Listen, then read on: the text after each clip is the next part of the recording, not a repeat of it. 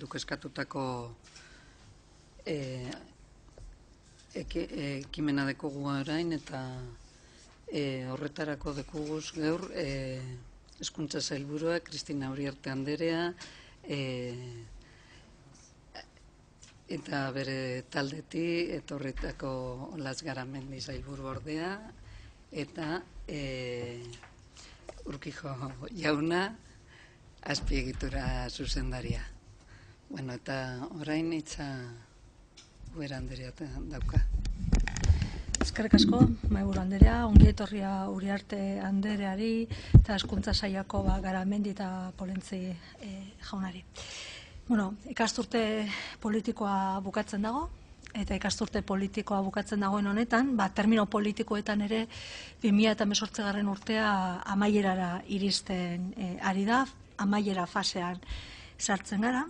Eta beraz, 2019ko aurrekontuak prestatzeko fasean sartzen gara. Sartzen gara ere 2018ko aurrekontuetako dirulerroak ejekutatzeko azken aukera tarte horretan ere sartzen gara. Eta 2018 hezkuntzako azpiegitura hobekuntza planaren amaiera fasean ere sartzen gara. Beraz, lan batzu bukatzear eta beste batzuk planifikatzeko etapan sartzen gara. Baina ikusita azken urteak nola joan diren 2014-2018 azpiegitura hobekuntza planari dagokionean, garbi dago plan horretan jasoriko makina bat obra ezingo direla bukatu 2018 bukatu baino lehen.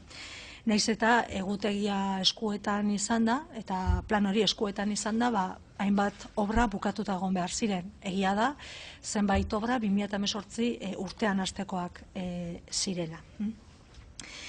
Pentsatzen dugu, Hezkuntza Sailak, beraz, orain, beste fase barri bati ekingo diogu, eta pentsatzen dugu, datorren plan berriari ekiteko orduan, 2018-2022 azpiegituren hobekuntza plana ekiteko orduan, hausnarketa bat egin beharko lukela.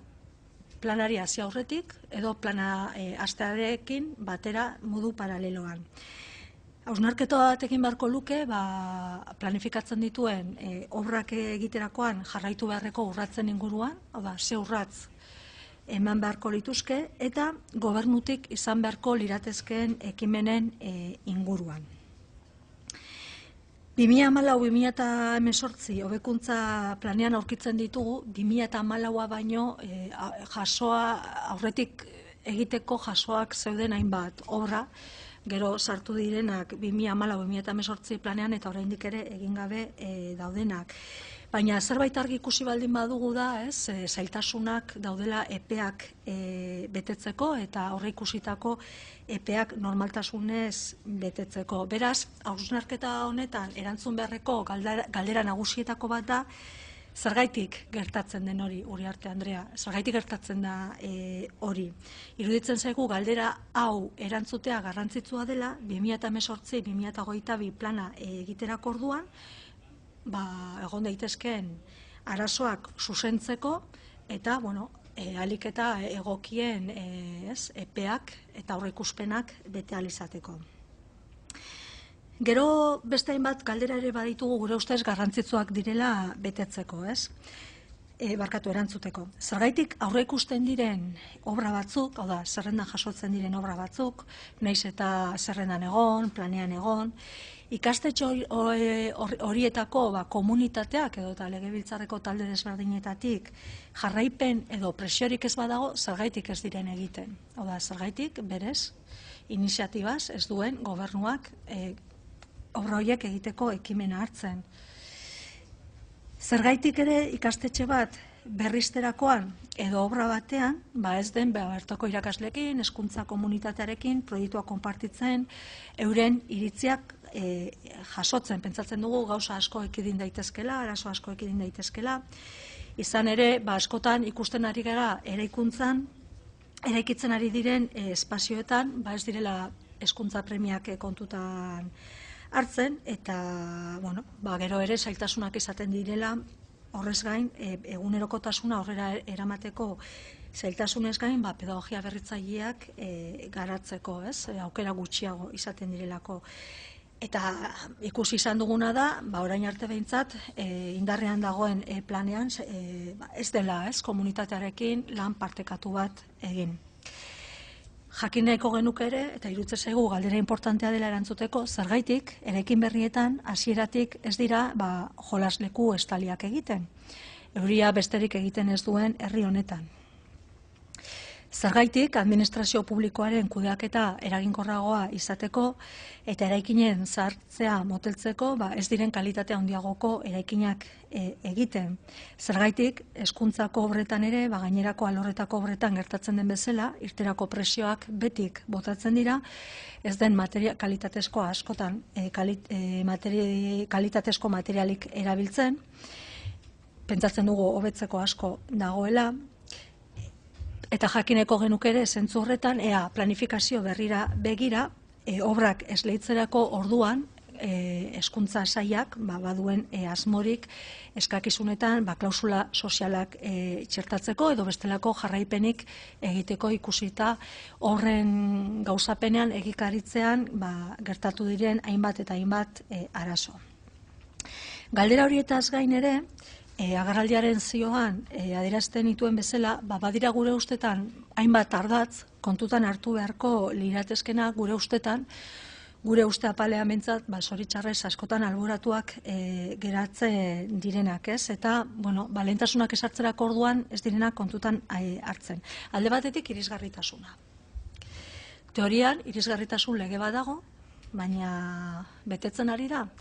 Zeren, hainbat bisita egiteko aukera izan dugu eta ikusten ari gara, hainbat eta hainbat ikastetxetan oraindik ere, irisgarritasun arazoak daudela eta irisgarritasun arazoekin aurkitzen garela.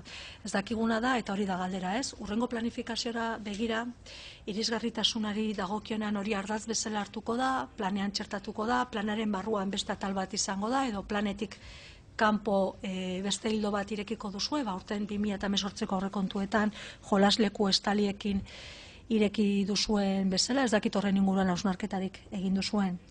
Eta horrekin lotuaz, patio estaliak. 2018ko aurrekontuetan diru lerro bat dago jolaslekuak estaltzeko, makina bat aldiz idatzizko galderak egin ditugu, nola bideratuko den diru lerro hori ezagutzeko, nola egingo duzuen lehentasunen ezarpena, edo eta nola ebatziko duzuen laguntza deialdia, eta bar, baina ez dugu erantzun garbirik jaso. Beraz, jakineko genukena ere da, nola ezarriko diren lehentasunak jolasleku estalei dagokienan, eraikin berrietan zergaitik ez diren patio estaliak egiten, zainbat eraikin berri ikusi ditugu oso berriak, patio estalirik gabe, eta jakineko genukena ere hemendik aurrera ikastetxeak egiten direnean, ea jolasleku estaliak egingo diren. 2017an, gure taldearen ekimenez, gobernuarekin ere adostasun batetara iritsi ginen, eta onartu genuen, hala eskatzen zuten kasuetan, obra ikastetxe berriak egiterakoan, edo dagoeneko obrak hasita zeuden tokietan, sukaldea egiteko aukera ematea. Izan ere gure ustetan minimoa baita, ikastetxeen autonomia defendatzen baldin badugu, minimoa da ikastetxeek aukera izatea, autonomia izatea, zer nolako jantoki eredua izan nahi dute, baina horretarako azpiegitura bat behar da, eta azpiegiturarik ez baldin badago, zaila da, ez? Eta jakin nahiko genukena da, ea plangintza berriari begira, ikusita orain arte legebiltzarreko akordioa ez dela bete, ea hezkuntza sailak akordio hori beteko duen, baduen asmorik sukaldeak eraikitzen hasteko, asmori baldin badu noiz hasiko den, eta ea kontutan hartuko duen planifikazio berrian. Gero bestetik ere, pena bada, Bengotxea Andrea, etorri da, bai, ez askotan aipatu duelako berak, hainbat erekin ditugu, 70, 80 hamarkadakoak, guztiz zaharkituak geratu direnak, urte mordoska bat daukatenak, eta nolabait eskatzen dutenak, ez, eraberritze bat. Badakigu dirua mugatua dela, ez, baina horreztakit horren inguruan planifikaziorik ero badaukazuen, eraikin horiek bermoldatzeko edo eta ardatz hori ere planifikazio berrian sartzeko. Gero beste arazo batekin aurkitzen gara gimnasioak, heziketa fisikorako espazioekin, ez dakit zer gertatzen den honekin, ezagutzen ari garelako ikastetxeak, heziketa fisikorako espazio gabeziak dituztena, jakineko genuke ea sailarentzat heziketa fisikoa garrantzitsua ote den. Gure ustez, ardatz horiek inportanteak dira planifikazio berrian kontutan hartzekoak, baina jakin nahi duguna da zuen ardatzak zeintzu diren, konpartitzen dituzuen, ez dituzuen konpartitzen. Jakin nahi duguna da, ea dagoeneko hasiak zareten 2018-2032 planifikazioarekin, ez baldin bazarete hasi noiz hasteko asmoa daukazuen, zein oinarrietan egingo duzuen planifikazio hori. Jakin nahi duguna da 2019ko aurrekontuetan planifikazio berriko obrak sartuko dituzuen edo eta lehengo mugatuko zareten 2018koa bukatzera eta planifikazio berria aurrerago sartuko duzuen. Jakin nahiko genukena hainbat galdera dira eta eskertuko genuken da ahalik eta zehaztapen handienarekin erantzutea. Eskerrik asko. Eskerrik asko Ubera Anderea eta orain hitza duz sailburuak. Eskerrik asko Batzorde honetako presidente Andrea, legebiltzarkideok, arratsalde on guztioi. Agerraldi honetan, lehen esan den bezala, nirekin daude Olatz Garamendi Administrazio eta Zerbitzuen sailburuordea eta Polentzi Urkijo, azpiegitura, baliabide eta teknologia zuzendaria. Eta agerraldiaren eskarari erantzunez, lehenengo txanda honetan saiatuko gara zenbait galderari edo zioari erantzuten, baina hainbeste galdera indu zuen Ubera Anderea, bi txandan artean, edo 3 txandan artean erantzuten digun zure kezka guztiei. Baina, beste batzuetan hainbat aldiz azaldu dudan bezala, legegintzaldi honetako gobernu programaren arabera, sail honen funtsezko konpromiso da azpiegiturak, egokiak, modernoak, eta batik bat seguruak eta irisgarriak izatea. Gainera, gure ustez, hezkuntza oroar, gure gizartearen bilakaera faktore nagusitako bat izateaz gainera, bilakaera ekonomiko eta ongizatea sortzeko funtsezko faktore ere bada, dugun hezkuntza ekonomikoaren eredua sendotzeko eta gure ekoizpen egituraren lehiakortasuna areagotzeko. Hezkuntza azpiegituren eremuan, beste batzuetan aipatu dugun bezala, 2014-2018 azpiegitura plana martzen jarri genuen, eta hor azpiegiturak horiek eraikitzeko, berritzeko, eta egokitzeko konpromisoen barruan honako ekimen edo ekintza ildoak hauek jarri genitun martzan.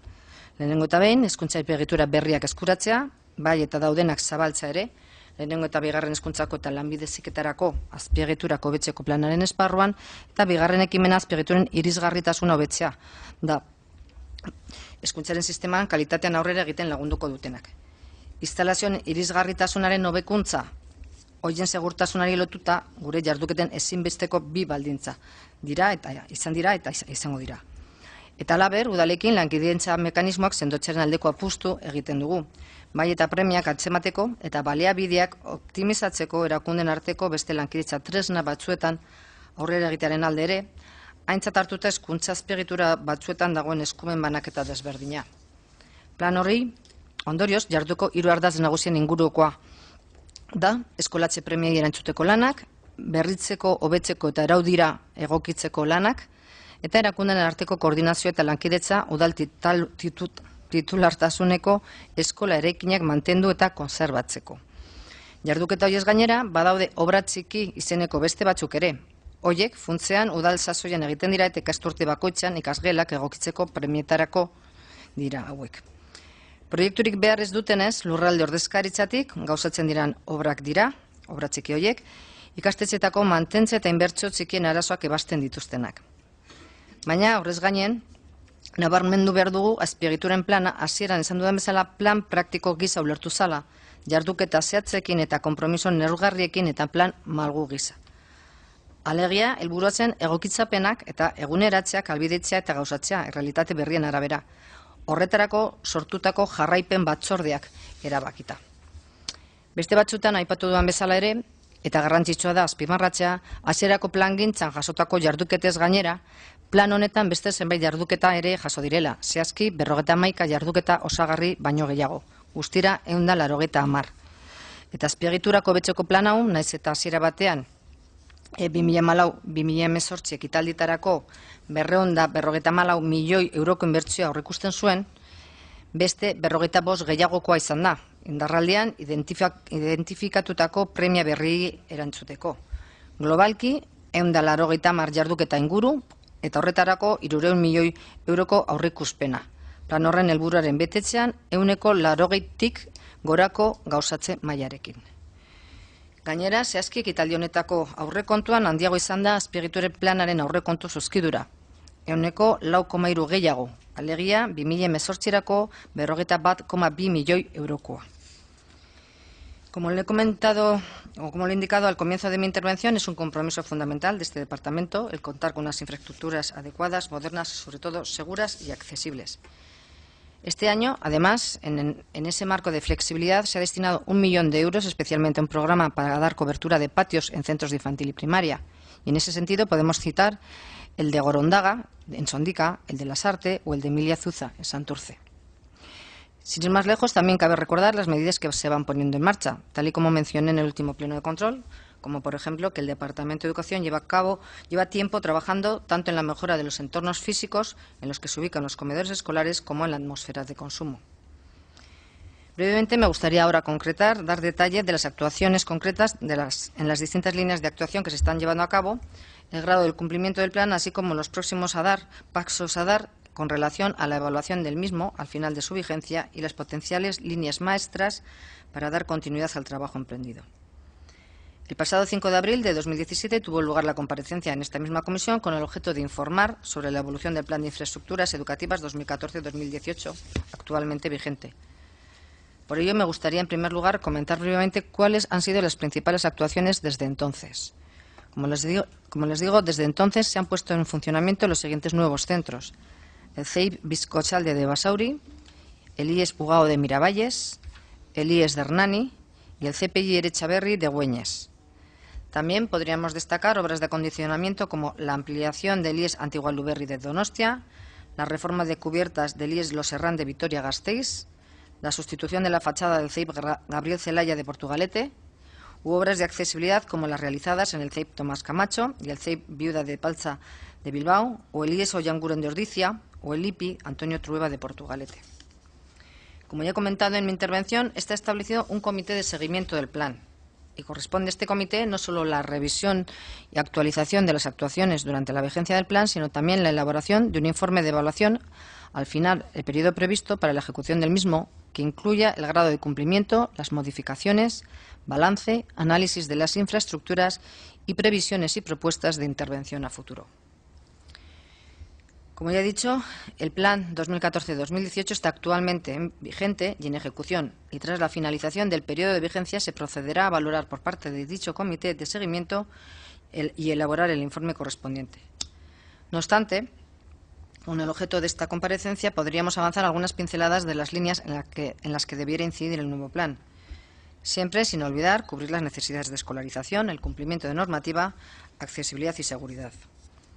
En dicho nuevo plan se tiene que fijar otros retos acordes a las demandas de la sociedad, como pueden ser la renovación y rehabilitación de edificios, como otras veces por parte del Partido Popular se ha solido comentar, espacios más modernos, aulas abiertas, tabiques móviles, en lo que se refiere a la adecuación de las nuevas metodologías docentes, espacios más eficientes y sostenibles que respeten el medio ambiente, con sistemas de calefacción renovables, con sistemas de generación de energía y acordes a las auditorías energéticas. Por otro lado, también siendo conscientes de los condicionantes urbanísticos y de espacio que pudieran tener los centros escolares y atendiendo a las nuevas demandas de la sociedad, se pretende mejorar las condiciones de prestación del servicio, haciendo unos comedores más atractivos y confortables, o cocinas en los centros, entre otros. Además, se plantea el desarrollo de infraestructuras en coordinación con el Plan de Alimentación Saludable, que tengan en cuenta actuaciones que den respuesta a aspectos como el ruido, de cara a evitar o aminorar el exceso del mismo mediante la realización de mediciones o, en su caso, adopción de medidas, o los huertos, patios inclusivos y libres de discriminación, etc. También se tendrán en cuenta los patios cubiertos, fijando objetivos cuantificables en el nuevo periodo de vigencia del futuro plan, sin olvidar las necesidades derivadas de la accesibilidad. Pero, como les digo, estas líneas de trabajo y aquellas que pudieran surgir deben plantearse en el marco establecido en el Comité de Seguimiento del Plan vigente, para que a partir de un diagnóstico adecuado y adaptado a las necesidades que se identifiquen, se establezcan las pautas para la elaboración del nuevo plan. Hori horrela, laburbilduz, horiek dira hezkuntza sailak orain arte eman dituen urratsak eta agerraldiaren helburu den gaia dela eta aurreikusi dituen ekintzak.